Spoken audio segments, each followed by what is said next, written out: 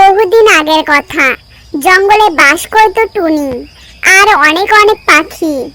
সেসব পাখির মধ্যে টুনি সবার সাথে মিশতো না। যে পাখিগুলো ভালো, টুনি কেবল তাদের সাথেই মিশতো, খেলাধুলা করত আর ঘোরাফেরা করত।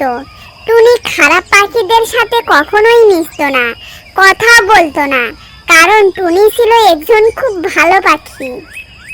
টুনির দৃষ্টিতে গোলাপি ছিল খুব ভালো একটি পাখি, তাই টুনি তার সাথে বন্ধুত্ব করে। টুনি তার সাথে সবসময় কথা বলে, খেলাধুলা করে আর একসাথে খাওয়া দাওয়া করে।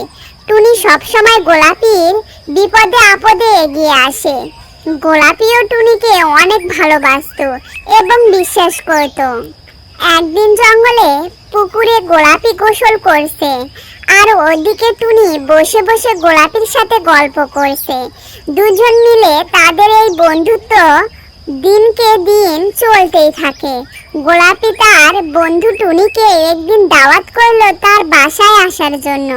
তাদের এই অনেক দিনের বন্ধুত্বের মাঝে টুনি কোনোদিনও গোলাপির বাড়িতে আসেনি। চলো গোলাপি, তোমার বাড়িতে যাই। আমি তো কোনোদিন যাইনি তোমার বাড়িতে, দেখি তোমার বাড়িটা কেমন। তুমি আমার বাড়িতে যাবে? ঠিক আছে, চলো আমার সাথে।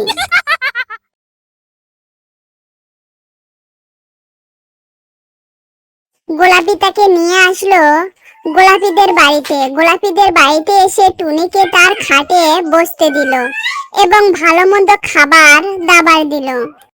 টুনি গোলাপিদের ঘরে এসে দেখলো গোলাপির ঘরটা কত সুন্দর করে গোছানো। এসব দেখে টুনি তো অনেক খুশি হয়ে গেল, আর খাবার দাবারও অনেক মজার ছিল। বন্ধু, আমি তো এসেছি তোমার বাড়িতে, একদিন তুমিও চলো আমার বাড়িতে। হ্যাঁ বন্ধু, অন্য আরেকদিন সময় করে আমিও তোমার বাড়ি যাব। বন্ধু, তাহলে আমি এখন চললাম, সাবধানে যেও।